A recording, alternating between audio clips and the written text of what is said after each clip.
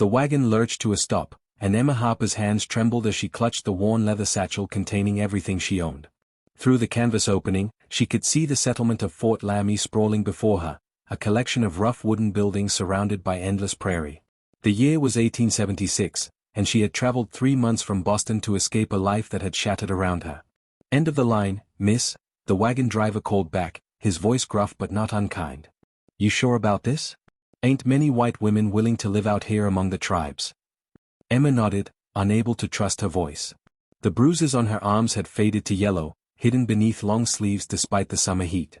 The scars on her soul would take much longer to heal. Her husband had died 6 months ago, leaving her with nothing but debts and the revelation that he had gambled away her family's fortune. The women of Boston society had turned their backs on her, whispering behind gloved hands about scandal and shame. The missionary position at the Lakota settlement had seemed like divine intervention when she read the advertisement. They needed a teacher, someone to help bridge the gap between two worlds. Emma had credentials from the finest finishing school in Massachusetts, though she doubted that teaching embroidery and French would prove useful here. She climbed down from the wagon, her boots sinking into the dusty earth. The fort buzzed with activity, soldiers drilling in formation, traders haggling over furs, and in the distance, a group of Native Americans watching the proceedings with expressions she could not read. Her escort, a young cavalry officer named Lieutenant Morrison, approached with an uncomfortable expression. "Mrs. Harper, I must inform you that the situation has changed," he said, avoiding her eyes. "The missionary who sponsored your position has returned east. The funding for the school has been withdrawn." The world tilted beneath Emma's feet. "What am I supposed to do? I have no money to return. I sold everything to come here." Morrison shifted his weight, clearly wishing to be anywhere else. "The commander says you can stay at the fort temporarily, but we have no permanent accommodations for civilian women. Perhaps you could find work as a laundress or—" "I am an educated woman, Lieutenant," Emma interrupted, her voice sharp with desperation. "I taught literature and music. I speak 3 languages. Those skills don't have much value out here." His tone was apologetic but firm. "This is survival country. People need practical things: cooking, sewing, nursing. The frontier doesn't have much use for poetry." Emma turned away before he could see the tears threatening to spill. She had been foolish to believe she could outrun her past, foolish to think the West would offer redemption. The afternoon sun beat down mercilessly, and she realized with growing panic that she had nowhere to go and no one to turn to. That evening, she stood at the edge of the fort, watching the sun paint the prairie in shades of amber and crimson. In the distance, smoke rose from the Lakota encampment. She had heard the soldiers speak of them with a mixture of respect and fear, calling their chief a warrior of legendary skill and unwavering principle. "Beautiful, isn't it?" A woman's voice startled her. Emma turned to find a weathered face framed by iron gray hair. The woman wore practical frontier clothing and carried herself with quiet authority. "You're the teacher who just arrived. I'm Martha Brennan. I run the trading post." "I was supposed to be a teacher," Emma corrected bitterly. "Now I'm nothing." Martha studied her with shrewd eyes. "Everyone's something out here, honey. The question is what you're willing to become." She paused, then continued carefully. "The Lakota Chief lost his wife 2 winters ago. His daughter is 7 years old and wild as the prairie wind. He's been looking for someone to teach her, not to make her white, mind you, but to give her tools to survive in both worlds. The tribes know what's coming. They want their children prepared." Emma's heart began to pound. Would he accept someone like me? A white woman? "Chief Two Hawks judges people by their spirit, not their skin," Martha said. "But I'll warn you, he's a hard man, proud and fierce. His people have suffered greatly at the hands of my people. If you go to him, you go with respect, and you prove yourself through action, not words." As darkness fell over the prairie, Emma made her decision. She had nothing left to lose and perhaps, in teaching a child caught between two worlds, she might find a way to heal her own fractured soul. Dawn broke cold and clear as Emma followed Martha Brennan across the open ground between the fort and the Lakota encampment. Her heart hammered against her ribs with each step, and she clutched a small bundle containing the few books she had brought from Boston. The settlement consisted of perhaps 30 lodges arranged in a circle, their painted hides depicting scenes of hunts and battles that spoke of a rich history she barely understood. Warriors watched their approach with expressions of stone, hands resting casually on weapons that could end her life in seconds. Emma forced herself to keep her chin up, to walk with dignity despite the fear coursing through her veins. She had survived her husband's fists and Boston's cruelty. She would survive this. Martha stopped before the largest lodge, decorated with images of hawks in flight. She spoke in Lakota, her words flowing with surprising fluency. After a moment, a deep voice responded from within, and Martha gestured for Emma to wait. The man who emerged stole Emma's breath. Chief Two Hawks stood well over 6 feet tall, his frame powerful and lean. He wore traditional buckskin leggings and a shirt decorated with intricate quill work, his long black hair hanging loose except for 2 braids framing a face carved from bronze and midnight. But it was his eyes that truly struck her, dark and intelligent, holding depths of pain that mirrored her own. He studied her with an intensity that made her feel transparent, as if he could see through her proper dress and careful posture to the broken woman hiding beneath. When he finally spoke, his English was precise, each word carefully chosen. "Martha Brennan tells me you wish to teach my daughter. Why would a white woman from the East want this?" Emma met his gaze, refusing to look away despite her instinct to flee. "Because I have nowhere else to go, and your daughter needs an education. I may be desperate, Chief Two Hawks, but I am also qualified. I can teach her reading, writing, mathematics, history, and music. I do not want my daughter to become white," he said flatly. "I do not want her to forget her people or her language. The missionaries tried this with other children. They returned to us empty, neither Lakota nor Wasiku." "Then I will not teach her to be white," Emma replied, surprised by the steadiness in her own voice. "I will teach her tools she can use while remaining Lakota. Knowledge is not ownership, it belongs to whoever claims it. Your daughter can learn English without forgetting Lakota, can read books without abandoning her traditions." Two Hawks remained silent for a long moment, his expression unreadable. A child's laughter rang out from behind the lodge, and something shifted in his face, a softness, a vulnerability that disappeared as quickly as it came. "My daughter lost her mother when the winter fever came," he said quietly. "She has forgotten how to trust. She runs wild, refusing to listen to the women who try to guide her. She is angry at the world, and I do not know how to reach her." Emma understood that anger intimately. Perhaps she needs someone who understands that sometimes the world deserves our rage. Someone who won't try to smooth her sharp edges but will teach her how to use them. For the first time, something like approval flickered in Two Hawks' eyes. "You speak strangely for a white woman. Most who come here bring pity or judgment. You bring neither." "I bring desperation and determination," Emma said honestly. "I will not lie to you, Chief. I need this position. But I also believe I can help your daughter, because I know what it means to be lost and angry and afraid." Two Hawks called out in Lakota, and a girl appeared from behind the lodge. She had her father's striking features but softer, more delicate, her hair in 2 long braids adorned with small feathers. Her eyes, however, were hard as flint, challenging Emma with their defiance. "This is Winona," Two Hawks said. "It means firstborn daughter. Can you teach a child who does not wish to learn?"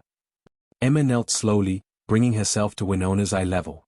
She had learned from her own suffering that people in pain needed acknowledgement, not platitudes.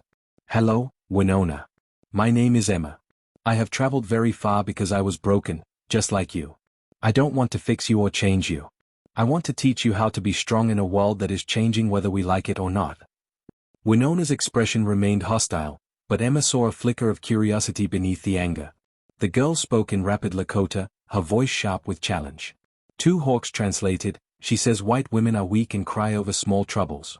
She says you will run away when you see how hard life is here." Emma pulled up her sleeve, revealing the faded bruises, the scars that marked her skin. "I know hard things," she said simply. "And I am still here." The silence stretched long and tense. Finally, Two Hawks spoke.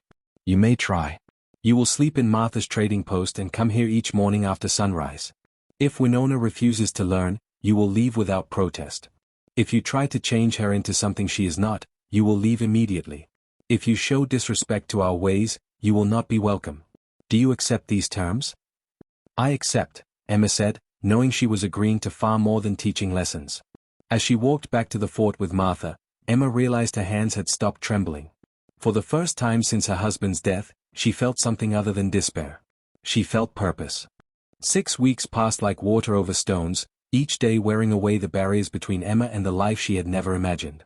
She arrived at the Lakota encampment every morning as the sun painted the eastern sky with fire, her arms filled with books and slates and whatever material she could gather. Winona remained distant at first, her dark eyes watching Emma with suspicion that bordered on hostility. The lessons were battles of will disguised as education. Emma quickly learned that traditional teaching methods meant nothing here. Winona had no interest in sitting quietly while Emma lectured. The girl was wild motion and fierce energy, her spirit too large to contain within conventional boundaries. So Emma adapted, teaching mathematics by counting coup sticks and beadwork patterns, teaching reading through stories that honored Lakota heroes instead of European fairy tales. Why must I learn the white man's words? Winona demanded one morning, throwing down the slate Emma had given her. They are ugly sounds that hurt my tongue. Emma did not flinch at the girl's anger. She had learned to recognize it as fear wearing a different mask. Because the white men are coming whether we want them or not. You've seen the wagons, the settlers, the soldiers. Your father knows this. He wants you to have weapons they cannot take from you, knowledge, understanding, the ability to speak their language so they cannot trick you with their words. Winona's expression shifted, consideration replacing defiance. My father says you also run from something. What do you fear? The question caught Emma off guard with its directness. In Boston, people hid their truths behind polite conversation and social niceties. Here, among the Lakota, honesty was currency. I fear being helpless again, Emma admitted. I fear being the woman I was, weak and silent while terrible things happened around me. Then we are the same, Winona said softly. I also do not want to be helpless. From that day forward, something changed between them. Winona applied herself to the lessons with fierce determination, absorbing English vocabulary and mathematical concepts with startling speed. But she also began teaching Emma in return, Lakota words, the names of plants that could heal or harm, the stories of her people that stretched back generations. Emma found herself transformed by this exchange, shedding the constraints of Boston propriety like a snake abandoning old skin.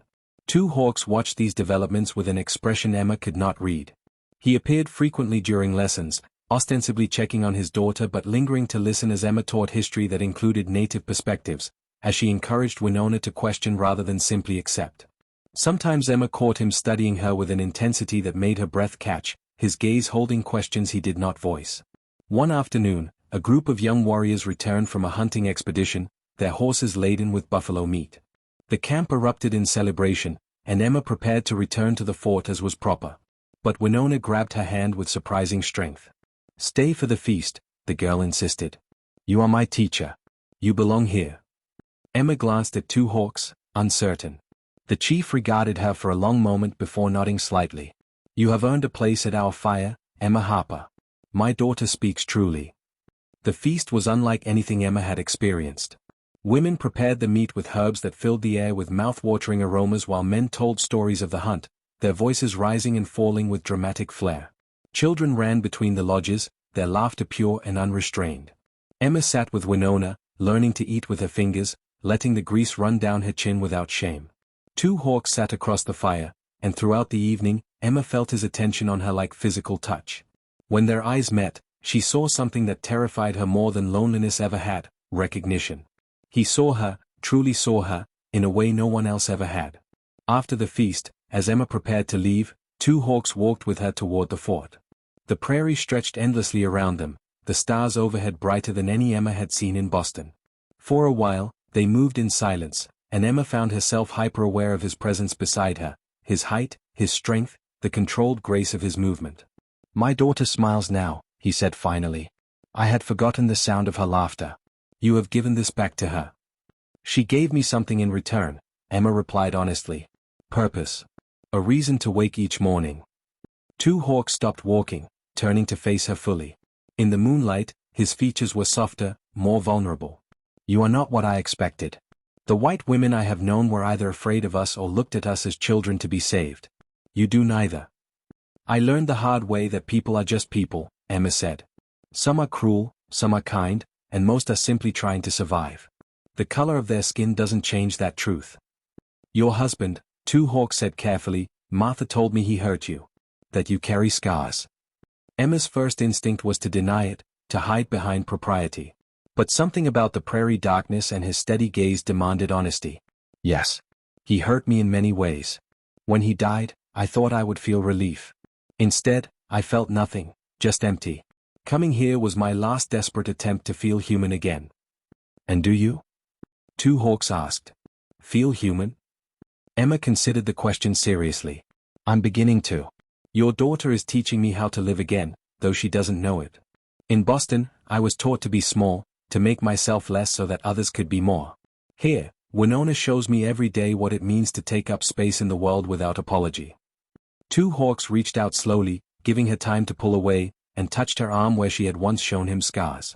His fingers were warm and gentle against her skin. You are not broken, Emma Harper. You are healing. There is a difference. The intimacy of the moment overwhelmed Emma. She stepped back, her heart racing. I should return to the fort. It's late. He let her go without protest, but as Emma walked away, she felt his words echo through her chest. She was healing. And somehow, in teaching his daughter, she had begun to save herself.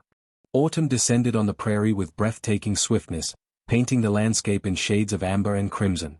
Emma's life had found a rhythm she had never known in Boston, purposeful and genuine, stripped of pretense. She spent her mornings teaching Winona, her afternoons helping Martha at the trading post, and her evenings reading by lamplight in the small room Martha had given her above the store. But tensions were rising at Fort Lami. More soldiers arrived weekly, their presence a constant reminder of the government's intentions. Emma heard the officers speak of reservations and treaties, of the need to civilize the savages. The words made her sick with anger and helplessness. She had come to know the Lakota people as individuals, proud, intelligent, deeply devoted to family and tradition. The casual cruelty with which the soldiers discussed them was a violence all its own. Two Hawks felt the pressure mounting. Emma saw it in the tightness around his eyes, the way his hand rested on his knife even during peaceful moments. He came to the lessons more frequently now, teaching alongside Emma, ensuring Winona understood both worlds she would need to navigate. The respect between Emma and Two Hawks had deepened into something neither dared name, a connection that transcended the boundaries of culture and circumstance. One crisp October morning, Emma arrived at the camp to find it in turmoil. Warriors gathered in clusters, their voices urgent and angry. Women packed belongings with quick efficiency while children watched with frightened eyes. Winona ran to Emma, her face pale with fear. Soldiers are coming, the girl said in English, her accent much improved after months of practice. They say we must go to the reservation. Father says we will not go. He says we will fight. Emma's blood turned to ice. She had heard the soldiers planning this exact scenario, surrounding the camp, forcing compliance through threat of violence. Where is your father? In council with the warriors. Winona clutched Emma's hand tightly. I am afraid. If they fight, they will die. There are too many soldiers. Emma made a decision that would change everything. Take me to him. The council lodge fell silent when Emma entered. 20 warriors stared at her with expressions ranging from hostility to surprise. Two Hawks sat at the center, his face carved from stone. For a moment, Emma's courage faltered. She was a white woman interrupting a war council. This could end very badly. Forgive my intrusion, she said, speaking slowly so her words would carry weight. I know I have no right to be here. But I must speak before decisions are made that cannot be unmade. You presume much, white woman, an older warrior said, his scarred face twisted with anger. This is not your concern. My student's life is my concern, Emma replied firmly. Winona's future is my concern. And I believe I know something that might help. Two Hawks regarded her for a long moment, then gestured for her to continue. Emma took a shaky breath, knowing she was walking a razor's edge. The commander at Fort Lami is a man named Colonel Whitmore. He is ambitious and cruel, but he is also a coward who cares deeply about his reputation. If you fight, he will have justification to slaughter you and call it victory. But if you negotiate, if you demand proper terms in front of witnesses, he cannot simply murder you without consequences. The white man's treaties are lies written on water, another warrior spat. They promise peace and deliver death. Yes, Emma agreed, surprising them. Many treaties have been broken. Many promises are lies. But this treaty would be different because I will ensure it is witnessed by newspaper correspondents from the East. I know reporters who would pay well for this story. Colonel Whitmore will not risk national scrutiny by breaking a public agreement. Two Hawks stood, his presence commanding immediate attention. You would do this? Stand against your own people? They are not my people, Emma said fiercely. I have no people except those who have shown me kindness. Your daughter gave me purpose when I had none. This camp gave me a home when I was lost. I will not stand by and watch them destroy that. The council erupted in debate, voices rising in Lakota too rapid for Emma to follow. Finally, Two Hawks raised his hand for silence. "We will consider your words. Leave us now." Emma returned to find Winona waiting outside, the girl's eyes searching her face desperately. "Will they listen?" "I don't know," Emma admitted. "But I had to try." Hours passed in agonizing uncertainty. Emma stayed with Winona, distracting the girl with lessons, though neither could focus properly. As the sun began its descent toward the horizon, Two Hawks emerged from the council lodge and walked directly to Emma. "The elders have decided to attempt negotiation," he said quietly. "But only if you keep your promise about witnesses. Can you truly bring these reporters?" Emma nodded, though her stomach churned with anxiety. "I can send telegrams tonight. The reporters will come. A story about treaty negotiations with the legendary Chief Two Hawks will be irresistible to them." Something flickered in Two Hawks' eyes, gratitude mixed with something deeper. "You risk much for people you barely know." "Why?" "Because it's right," Emma said simply. "And because I have been helpless too many times in my life. I will not be helpless now when I have the power to act." Two Hawks reached out and took her hand, his calloused palm warm against hers. The gesture was brief but profound, witnessed by the entire camp. "You have the heart of a warrior, Emma Harper. My people will not forget this." As Emma hurried back to the fort to send her telegrams, her mind raced with all the ways this plan could fail. But for the first time since her husband's death, she felt truly alive. She was fighting for something that mattered, standing for people who had shown her dignity when she had none. Whatever came next, she would face it without fear. The negotiations took place 3 days later in the open ground between the fort and the Lakota encampment. Emma had worked frantically, sending telegrams and calling in every favor she could manage. To her relief and surprise, 5 reporters arrived from Denver and Omaha, their notebooks ready and their curiosity piqued by the unusual nature of the story.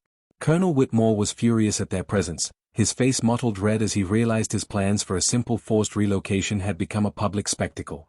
Emma stood with Martha near the reporters, her heart pounding as Two Hawks and 6 other chiefs approached the negotiating table. The Lakota leader wore his finest ceremonial clothing, every inch the formidable warrior whose reputation had spread across the frontier. The negotiations were tense and difficult. Whitmore demanded immediate relocation to the reservation. Two Hawks countered with terms that would allow his people to remain on ancestral lands with guaranteed hunting rights and autonomy over their children's education. The reporters scribbled furiously, their presence forcing both sides toward civility. Emma watched Two Hawks lead the negotiations with brilliant strategy. He spoke eloquently about his people's history and rights, but he also demonstrated understanding of the government's concerns. He offered compromises that seemed reasonable to the listening reporters while protecting the core needs of his people. Emma recognized elements of their conversations in his words, ideas she had shared about finding middle ground and presenting arguments that the white world could not easily dismiss. After 6 hours of debate, a tentative agreement emerged.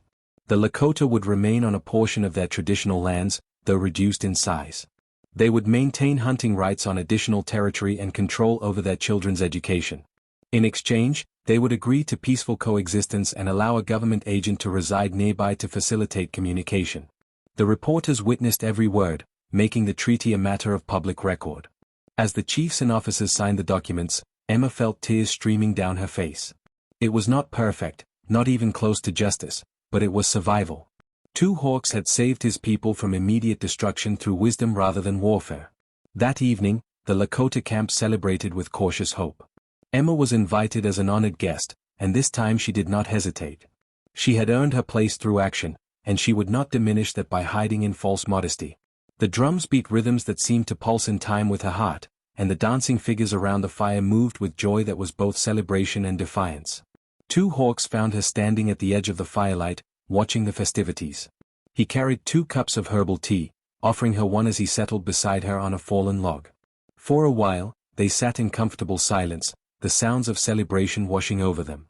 "You saved us," he said finally. "My warriors wanted to fight. Some still believe we should have. But fighting would have meant death for many, including the children. Your plan gave us another path." "You saved yourself," Emma corrected gently. "I simply opened a door. You were the one who walked through it with courage and wisdom. Your negotiation today was masterful. You made them see your people as human beings worthy of respect." Two Hawks turned to face her fully, his expression intense in the flickering firelight. "You have changed everything, Emma Harper. My daughter laughs again. My people have hope for the future. And I have found something I thought lost forever when my wife died, the possibility of companionship, of understanding, of connection. Emma's breath caught. She understood what he was offering, what he was admitting. Two Hawks, I am white.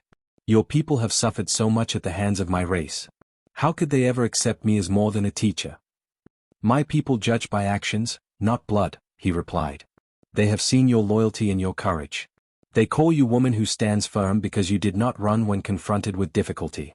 You stood and fought for us when you had no obligation to do so. I am still healing, Emma whispered. I carry scars that go deeper than skin. I do not know if I can be what you need. Two Hawks reached out and cupped her face gently, his touch achingly tender. I do not need you to be anything but yourself. The woman who teaches my daughter with patience and creativity. The woman who risks everything for people she barely knows. The woman who understands pain but chooses kindness anyway. That is who I see when I look at you. Emma leaned into his touch, allowing herself to feel the connection she had been denying for months. I see the same strength in you. The chief who leads with wisdom instead of rage. The father who loves his daughter more than his pride. The man who opened his home to a stranger when he had every reason to turn away. Then we save each other, Two Hawks said softly. I give you a home and a family. You give me hope and a future for my daughter. Together, we build something new, not Lakota, not white, but something stronger because it honors both. As Emma kissed him beneath the prairie stars, she felt the final pieces of her broken heart settling into place. She had traveled west expecting to find refuge and had instead found redemption. Two Hawks had been searching for someone to guide his daughter and had found a partner to walk beside him through an uncertain future. Winona appeared at their side, her young face glowing with happiness. Does this mean Emma will stay forever? She asked in English, then repeated the question in Lakota. Two Hawks smiled, his face transformed by joy Emma had never seen before. If she chooses to stay, yes. She would become part of our family. Emma knelt to meet Winona's eyes, taking the girl's hands in hers. I choose to stay. You saved me when I was broken, both of you. You taught me how to be strong again, how to fight for what matters, how to love without fear. This is my home now, and you are my family. As the three of them stood together, the celebration continuing around them, Emma understood that salvation was never about grand gestures or dramatic rescues. It was about showing up every day with honesty and courage. It was about seeing another person's pain and choosing compassion over judgment. Two Hawks had saved her by giving her purpose, and she had saved him by offering hope and partnership in a changing world. The future remained uncertain. The treaty would be tested, and they would face challenges from both the Lakota who questioned a white woman's place among them and the settlers who could not understand their bond. But Emma had learned that uncertainty was simply another word for possibility.